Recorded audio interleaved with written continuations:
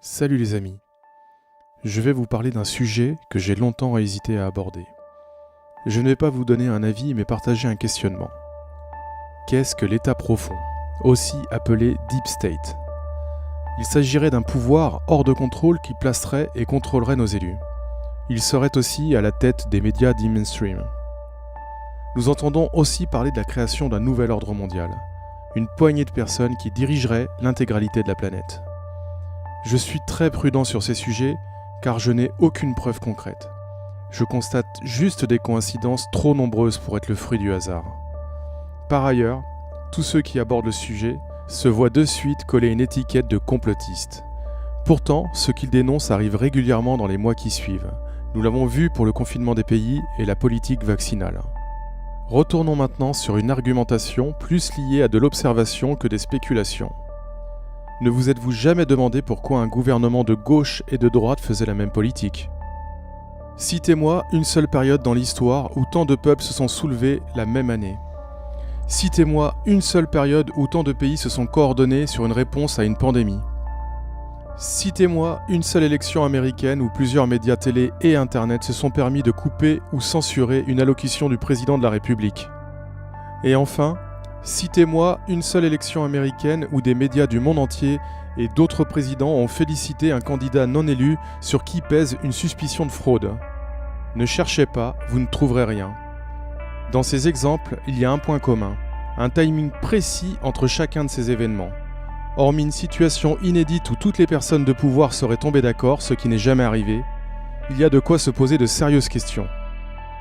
Je vous présente maintenant quelques extraits qui, je l'espère, vous donneront l'envie de creuser par vous-même et de nous rejoindre pour nous aider à comprendre le monde. La crise est mondiale. Il faut que nous lui apportions une réponse mondiale. Et j'en appelle à tous les gouvernements. Aucun d'entre nous n'en sortira en faisant sa propre politique dans son coin, isolé de ce que font les autres. Aucun. Nous avons besoin du dynamisme de chacun pour deux choses. La première, trouver un nouveau système de régulation. Ça sera l'enjeu du sommet de Londres. Et je puis vous dire une chose, l'Europe aura une position commune et forte.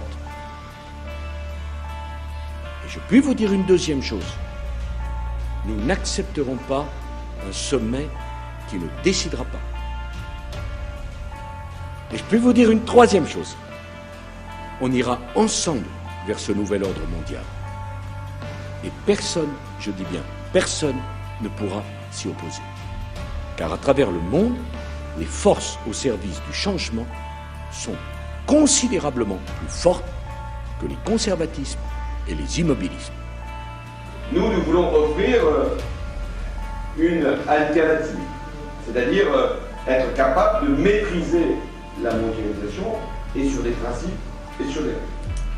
Nous devons donc affirmer, ce sera le premier engagement qui sera le nôtre, la réforme de la gouvernance mondiale comme un préalable et un objectif. Ne nous y trompons pas. Le monde a les yeux rivés sur la France. La transformation que nous avons engagée est une condition centrale, j'en ai la conviction, de la transformation de l'Europe tournée vers l'avenir et vers les peuples. Et la transformation de l'Europe autour d'une vision partagée est la condition d'un nouvel ordre mondial plus stable, apaisant les rivalités des puissances.